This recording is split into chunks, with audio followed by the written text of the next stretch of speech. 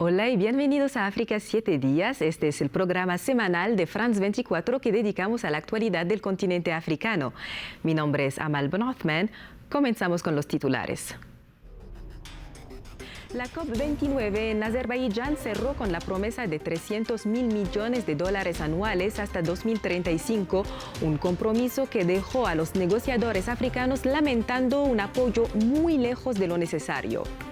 Y mientras las negociaciones internacionales sobre el cambio climático avanzan lentamente, los agricultores en el terreno buscan adaptarse a los desafíos que se avecinan. Iremos a Kenia para mostrar un ejemplo de esta lucha. También hablamos de Sudán, un país que sigue devastado por la guerra, donde la ONU ha acusado a las partes en conflicto de crímenes de guerra y de lesa humanidad. Además, el enviado estadounidense visitó al país por primera vez. Comenzamos este repaso a la actualidad africana con el cierre de la COP29 y sus implicaciones para el continente. Los países industrializados establecieron un financiamiento de 300.000 millones de dólares anuales hasta 2035 para apoyar la lucha de los países en desarrollo contra el cambio climático. Sin embargo, estos habían solicitado 1,3 billones. La enorme brecha deja poco a la imaginación. La decepción del sur global, especialmente de los países africanos, marcó el final de la COP29, celebrada en Bakú, la capital de Azerbaiyán. Veamos. La conferencia climática en Bakú, la COP29, cerró con frustración para la mayoría de los países del sur global, especialmente para África. Los delegados de este continente aceptaron a último minuto un acuerdo mínimo que no responde a las expectativas de África. Los 300.000 millones de dólares anuales prometidos, lejos de los 1,3 billones solicitados, son insuficientes para financiar la transición energética y adaptarse al cambio climático. Las decisiones de Bakú tampoco equilibran los financiamientos entre adaptación y mitigación, ni garantizan que el apoyo sea en forma de donaciones, evitando así aumentar la deuda de los países más vulnerables. ¿Debería África haber aprobado el acuerdo? Este dilema mantuvo a los negociadores en debate hasta último momento.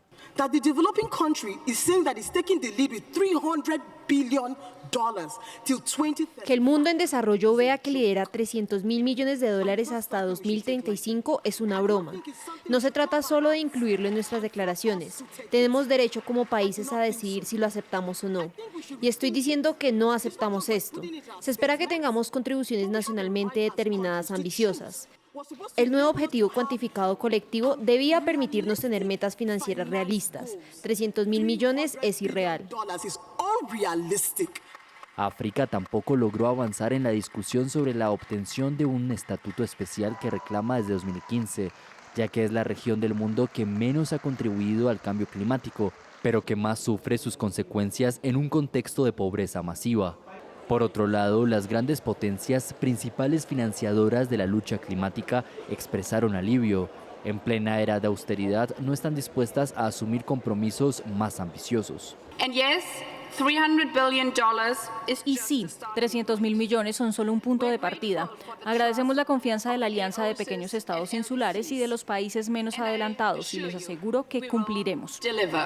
Para el Grupo África, esta COP29, que fue una cumbre de consensos y excepciones, termina con un sabor amargo.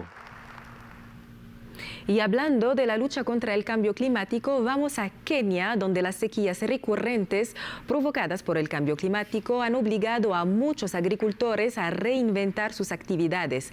Algunos han apostado por el cultivo de algas, un producto mayoritariamente destinado a la exportación. Con paso firme, Tima Yasso recorre la pintoresca costa del Océano Índico. Durante años, esta joven keniana vivió del cultivo de mandioca y maíz, pero la sequía y las inclemencias del clima la llevaron a dedicarse al cultivo de algas. Una actividad rentable que le permite mantener a sus 7 hijos. El cultivo de algas me ha ayudado mucho a pagar las matrículas de mis hijos. Ya no necesito la ayuda de mi esposo. Ahora gano suficiente dinero.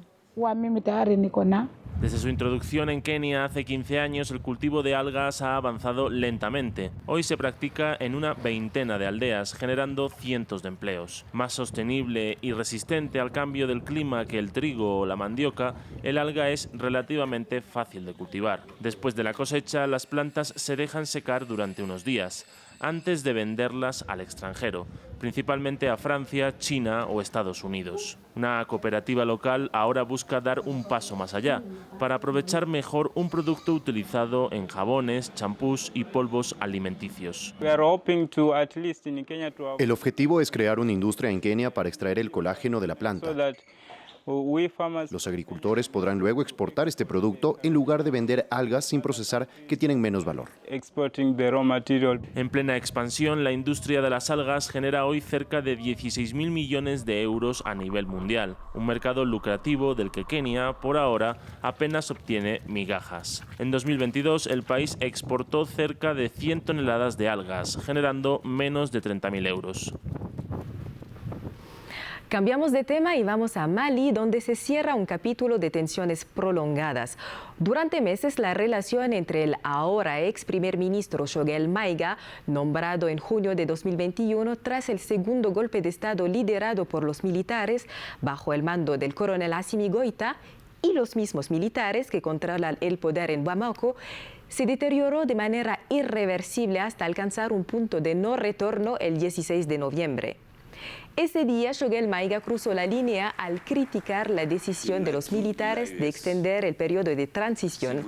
Días después fue destituido junto con todo su gobierno. En su lugar asumió el general Abdoulaye Maïga, quien hasta entonces ejercía como ministro de Administración Territorial y Descentralización. En Sudán, la guerra entre los militares del general Abdel Fattah al-Burhan y los paramilitares de las Fuerzas de Apoyo Rápido, las FARC, liderados por el general Mohamed Hamdan Daglo, continúa y ambos bandos son continuamente acusados por la ONU y otras organizaciones humanitarias de crímenes de guerra, bombardeos en zonas residenciales y de bloquear y saquear la ayuda humanitaria. Además, un informe de la ONU subraya que las FARC son responsables de violencia sexual a gran escala en las zonas bajo su control. Las fuerzas de apoyo rápido y sus milicias aliadas también han cometido otros crímenes de guerra contra la humanidad. Estos incluyen violación sexual y de género generalizada, violación, esclavitud sexual, secuestro y el reclutamiento y uso de niños en actos hostiles. Las FARC y sus milicias aliadas también han participado sistemáticamente en saqueos y pillaje. Además, han perpetrado ataques a gran escala basados en intersecciones de etnicidad y género, especialmente contra la comunidad masalit en el Yeneina, incluyendo asesinatos, tortura, violación y otras formas de violencia sexual que equivalen a persecución. Sin embargo, un miembro de las FARC rechazó estas acusaciones durante una conferencia en Nairobi, Kenia, calificándolas de propaganda y asegurando que hubo un solo caso de violencia sexual, el cual, según sus investigaciones, no involucraba a un paramilitar, sino a un civil. Hemos investigado un caso de agresión sexual cometido por las FARC. Hasta ahora solo hemos encontrado uno en el estado de Jartum. Finalmente, al investigar, descubrimos que la persona en cuestión era de hecho un civil. El jefe de la delegación de las FARC rechazó además las acusaciones de la ONU sobre entregas de armas desde Emiratos Árabes Unidos y culpó al bando enemigo, los militares de al-Burhan, de sabotear los esfuerzos de paz. Y por otra parte, el emisario estadounidense para Sudán se reunió con el general Abdel Fattah al-Burhan en Port Sudán, convertida en capital de facto de Sudán. Según la oficina de al-Burhan, discutieron la ayuda humanitaria y formas de terminar la guerra. Mientras tanto, los civiles siguen sufriendo entre asesinatos, hambre, enfermedades, desplazamientos internos y éxodo masivo en medio de una crisis sin salida visible. Hace 3 años, Marruecos aprobó la Ley 1321 que despenaliza el uso del cannabis con fines medicinales, terapéuticos e industriales. En el Rif, una de las principales zonas productoras, miles de cultivadores han pasado de la ilegalidad a la legalidad. Aunque el camino es largo, la nueva legislación busca impulsar el desarrollo del sector y mejorar las condiciones socioeconómicas de la región. El siguiente es un informe de nuestra corresponsal en Marruecos, Sofía Catala Vidal. Rashid se crió entre plantaciones de cannabis en la región marroquí del Rif y lleva trabajando la tierra toda su vida. Hoy cultiva cannabis legal. Este contexto no genera problemas, todo es legal, uno no tiene que temer a nadie. Hace 3 años el país despenalizó el uso medicinal, terapéutico e industrial del kif, como se llama el cannabis en la región. Cerca de 3.000 agricultores que dependían del cultivo ilegal ahora están adheridos a cooperativas locales. Mohamed controla las plantas de Rashid, trabaja en la cooperativa de Talambut, que facilita a los agricultores los trámites legales, las semillas y la venta del kif. La cooperativa compra la cosecha y la destina para operaciones de transformación o almacenamiento. Sobre el precio de venta se llega a un acuerdo entre la cooperativa y el agricultor.